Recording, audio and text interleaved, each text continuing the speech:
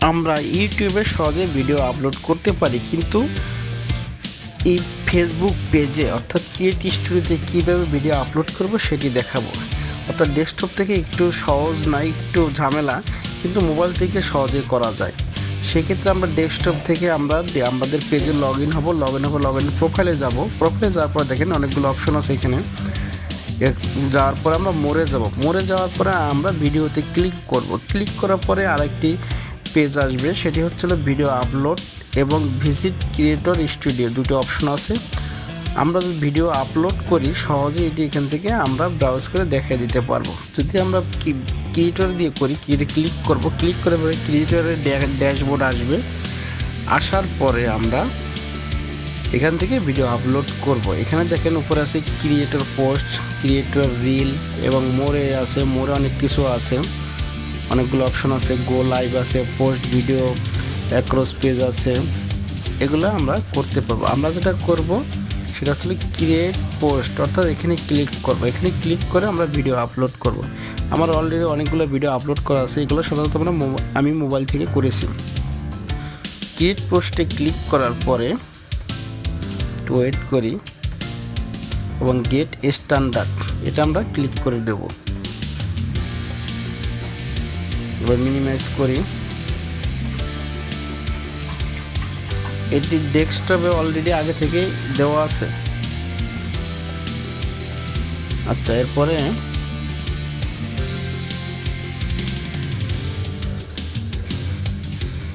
Add photo, add video থেকে upload from desktop, অর্থাৎ desktop থেকে আমরা এটা ব্রাউজ করে দেব। তারপরে আমরা ভিডিওটি ব্রাউজ করে দেই। ভিডিওটি এখন আপলোড হবে। অলরেডি আপলোড হচ্ছে।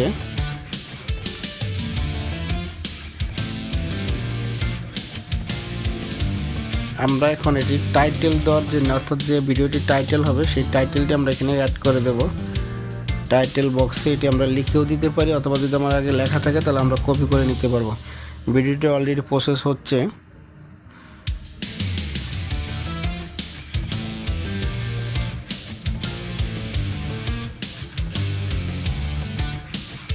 আসলে ডেস্কটপ থেকে একটু ঝামেলা, কিন্তু মোবাইল থেকে সহজে করা যায়।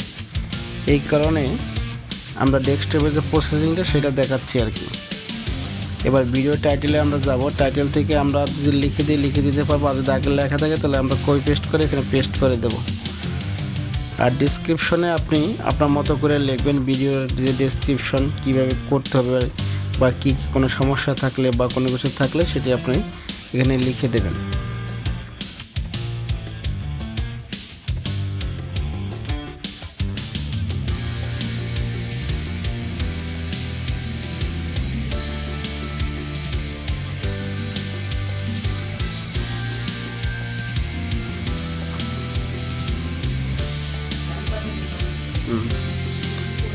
থাম্বনেল থেকে আমরা অর্থাৎ আমরা যে ভিডিওর থাম্বনেল যেটা সেটি আমরা এখানে অ্যাড করব।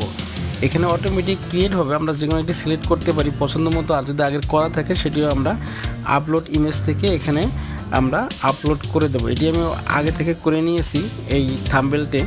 আপনারা ইচ্ছা করলে এটা করে নিতে পারেন, অথবা অটোমেটিক ক্রিয়েট করবে ভিডিও থেকে, সেখান থেকে একটি পছন্দ মতো নিয়ে নিতে পারেন। এবার হচ্ছে ট্যাগটি আমরা জানি যে ট্যাগটি হচ্ছে যে ভিডিও সার্চ ইঞ্জিন যেভাবে ট্যাগ করে, অর্থাৎ ওই ডিজিটগুলোকে অর্থাৎ লেখাগুলোকে ট্যাগ করব এটি আপনি আপনার মতো করে লিখে নেবেন, অথবা যদি কপি করা থাকে কপি করে পেস্ট করে নেবেন।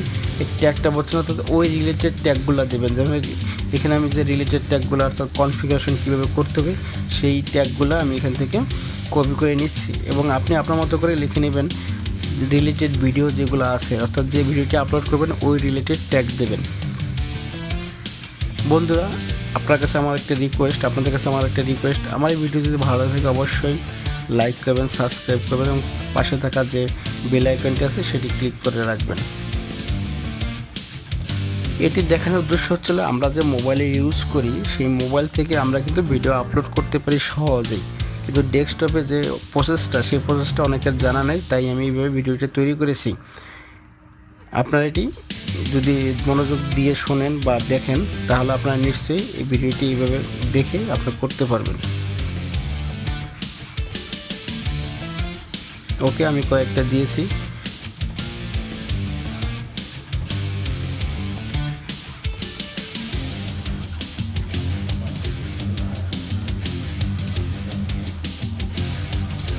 অনেকগুলো হয়েছে এবং ভিডিও আপলোড অলরেডি হয়ে গেছে।